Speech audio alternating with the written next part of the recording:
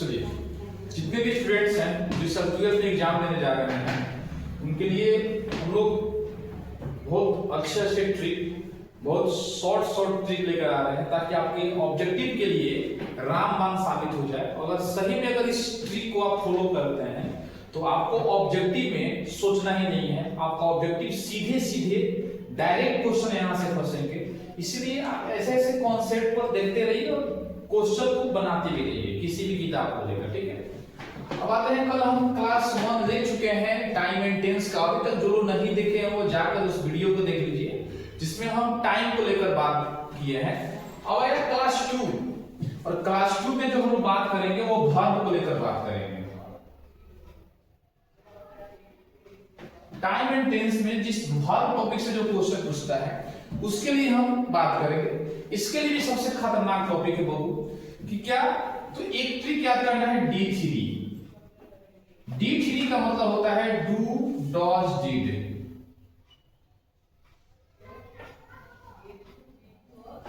ठीक है। एक ट्रिक याद कीजिए आप D3 का मतलब क्या हो गया, डू डॉज डिड। तो जब भी किसी भी सेंटेंस में डू डॉज डिड लगा तो उसका आंसर हमेशा V1 होता है, यही आपका आंसर होगा। देखिएगा उसका ऑप्शन में V1 कहां है, वही उसका आंसर हो जाएगा, ठीक है। फिर आते हैं H3। फिर सर H3 क्या है, तो H3 का मतलब होता है हैव, हैज, हैड, हैज और हैड। अगर आप H3 को माइंड में रखिए, और H3 का मतलब क्या होता है, हैव, हैज और हैड। अगर किसी भी सेंटेंस में हैव, हैज और हैड लगा होगा तो उसका आंसर देखिए, उसका ऑप्शन में V3 लगा होगा और V3 लगा होगा वही उसका आंसर हो जाएगा, वही उसका क्या हो जाएगा, आंसर हो जाएगा, ठीक है। चलिए ठीक है, तो ये D3 तैयार हो गया टॉपिक। जब भी किसी सेंटेंस में D3 की बात होकर कहता है तो आप याद कर लेना D3 का मतलब क्या होता है, डू डॉज डिड, ठीक है।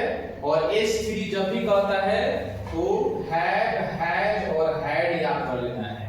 और जब भी D3 मौका मिले डू डॉज हो तो आंसर क्या होगा, V1, और H3 यानी हैव, हैज, हैड लगा हो तो क्या होगा, V3। इतना तो याद कर लेना है।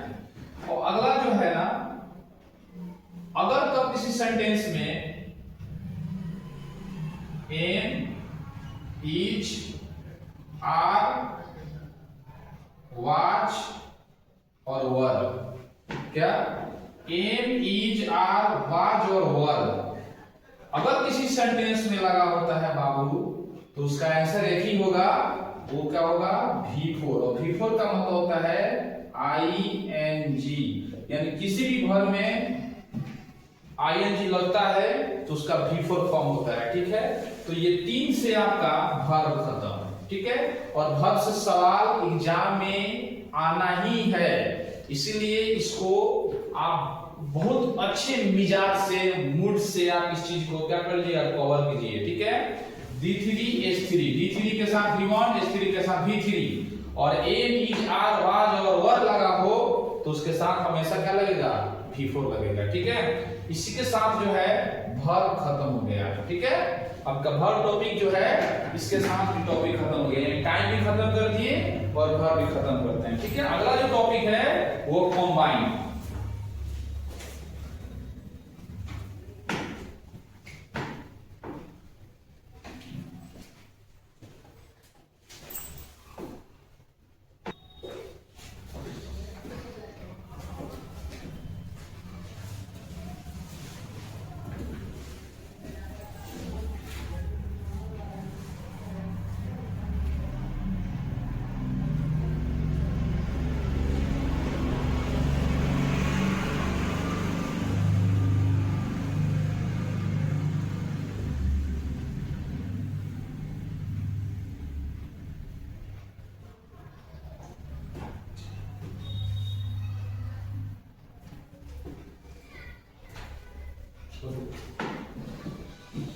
चलिए अब अगला जो है क्लास, अगला जो टॉपिक है वो है कंबाइंड सेंटेंस।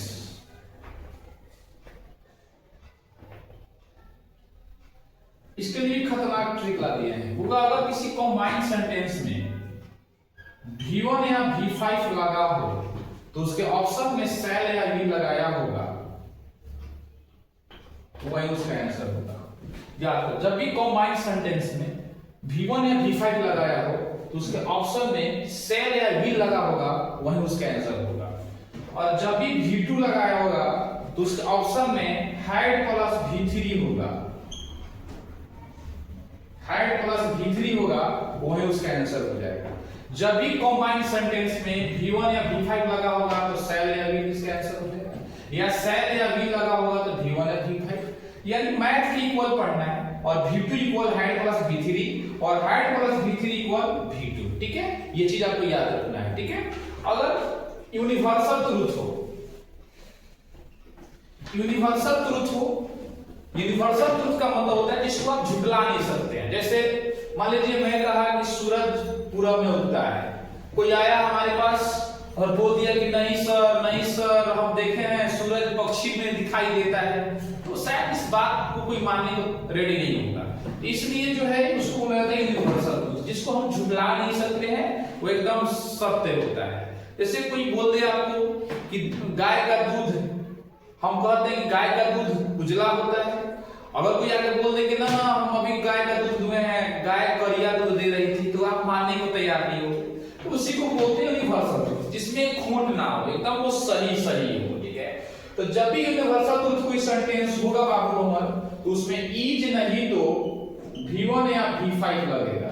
याद रखिएगा, उसमें इज नहीं तो V1 या V5 का यूज होता है, और जब भी होगा तो सब्जेक्ट के अकॉर्डिंग होगा। सब्जेक्ट के अकॉर्डिंग जो होगा हम V1 या V5 लगाएंगे, जिसके हम पिछले वाले वीडियो में इसका बात बता चुके हैं कि V5 जो होगा हसीना के साथ लगता है, और हसीना का मतलब होता है ही, सी, इट और नेम। जहां पर तो सब्जेक्ट के अकॉर्डिंग जो है V1 और V5 का यूज करेंगे, और इसके साथ कभी-कभी जो है इज का भी प्रयोग होता है। ठीक है, अगला पॉइंट आता है कि जब किसी सेंटेंस में इफ या विश लगा होगा, जब भी किसी सिंगल सेंटेंस में इफ या विश लगा होगा तो उसके साथ उसमें जो है वर का प्रयोग करते हैं, WER वर का प्रयोग करते हैं, और ऑल ऑफ देम, सभी के साथ, जितने भी सब्जेक्ट है उसके साथ यहाँ वर का प्रयोग हम करेंगे, जहां किसी सिंगल सेंटेंस में इफ या विश का प्रयोग किया गया होता है। ठीक है, तो इतना आपको रेडी रखना है, क्योंकि इतना आपके एग्जाम में सवाल एग्जाम में आया भी हुआ है और आता भी है। ठीक है, आप प्रीवियस ईयर क्वेश्चन देखिए, प्रीवियस ईयर क्वेश्चन देखिएगा तो लगभग 90% क्वेश्चन जो है यही बेस पे होगा, और 90% क्वेश्चन यही आता है। अगर आप इसको अच्छा से समझ गए होंगे, नहीं समझे तो फिर से वीडियो को रिपीट करके देखिए, इसको बार-बार देखिए, तो आपको पाइएगा कि लगभग 90% क्वेश्चन जो है यहीं से टाइम एंड टेंस एग्जाम में सवाल पूछा गया है। ठीक है, तब तक के लिए thank you, love you. Time and tense को आप इतना ही देखते रहिए, फिर हम आगे अगले टॉपिक के साथ आपको लेकर आएंगे अगला video. Thank you, it's okay.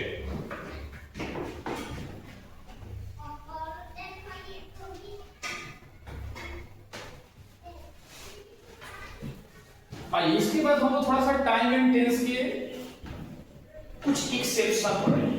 कुछ सवाल ऐसे भी हैं जो इधर उधर से निकल के चले जाते।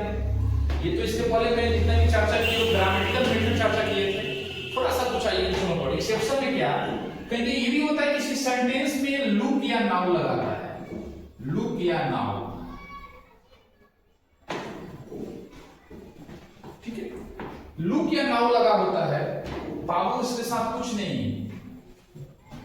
इसके साथ इन, is, are plus V4। Subject के अनुसार देखेंगे कि एम किसके अनुसार लग रहा है, इज कहां लगता है और आर कहां लगता है, और उसके साथ हमेशा जो है V4 लगाएंगे।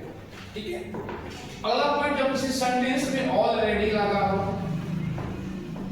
ऑलरेडी लगा हो तो ऑप्शन में तो देवे करता है, हैव भी देता है, हैड भी देता है और हैड भी देता है।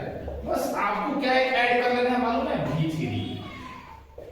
एक V3 लगा देना है आपको, ठीक है। नेक्स्ट, अगर सेंटेंस में सिंस या फॉर लगा हो, अगर किसी भी सेंटेंस में सिंस या फॉर लगा हो तो कुछ नहीं करना है आपको। देखिएगा जिस ऑप्शन में बीन प्लस V4 लगा होगा वही उसका आंसर हो जाएगा। बीन प्लस V4 लगा होगा वही उसका जो है आंसर हो जाएगा। इसको थोड़ा सा आप इसका क्लियर कीजिएगा कि लुक या नाउ लगा हो तो A B jar V4, already लगा हो तो have has had plus V3, और सिंस या फॉर लगा हो तो बीन प्लस V4। ये चीज को क्लियर कीजिएगा। ये टाइम एंड टेंस में सवाल पूछे जाते हैं, ठीक है, और प्रीवियस ईयर में क्वेश्चन पूछा भी गया है, तो आप इसको देखते रहिएगा, ठीक है। इसके साथ टाइम एंड टेंस आपका होता है खत्म। अगर आप इसको अच्छा से क्लियर कर लेते हैं तो टाइम एंड टेंस का अगर 4 सवाल पूछता है तो 3 सवाल आप यहां से कर लीजिएगा, और एक सवाल आपको थोड़ा सा कॉमन सेंस लगाना पड़ेगा, और कॉमन सेंस से जो है सवाल वो भी आप सॉल्व कर लीजिएगा। तो ऐसे ऐसे हॉट ट्रिक जानने के लिए आप इस चैनल को सब्सक्राइब कीजिए, और मैं इससे भी डेंजर हॉट ट्रिक लाऊंगा, इससे भी खतरनाक हॉट ट्रिक लाऊंगा। अभी जल्दबाजी एग्जाम का तो मैं ये चीज आपके लिए तुरंत ला रहा हूं, और आपको पढ़ना है। सिर्फ एक बार वीडियो पढ़िए और फिर एक बार जाके प्रीवियस ईयर क्वेश्चन लगाइए, और मॉडल पेपर को जरूर लगाइए, क्योंकि एग्जाम आपका कल से स्टार्ट होने वाला है। यानी आज 31 तारीख हो गया, यानी कल से एग्जाम आपका 1 तारीख से स्टार्ट हो जाएगा। और बिहार बोर्ड का एक मुद्दा होता है बाबू कि किसी भी क्वेश्चन को आप छोड़ के मत आइएगा। क्वेश्चन आए तो उसको बनाइएगा, न भी आए उसको छोड़िएगा मत, उसको किसी तरह क्वेश्चन को टच करना है और उसको बनाना है, ठीक है। तब तक के लिए बाय बाय, फिर आपको अगले वीडियो मिलेंगे नेक्स्ट टॉपिक के साथ। Thank you, love you. आप लोग प्लीज वीडियो को सपोर्ट कीजिए, क्योंकि शायद ऐसा ट्रिक YouTube पर नहीं मिलने वाला है। अगर मिले भी करेगा तो फिर वहां भी पढ़ लीजिए, ये नहीं कि आप मेरे पास से जुड़िए, जिससे अपने आप को जहां तक मिल रहा है वहां तक मैं आपको बता रहा हूं, ठीक है। तब तक बाय।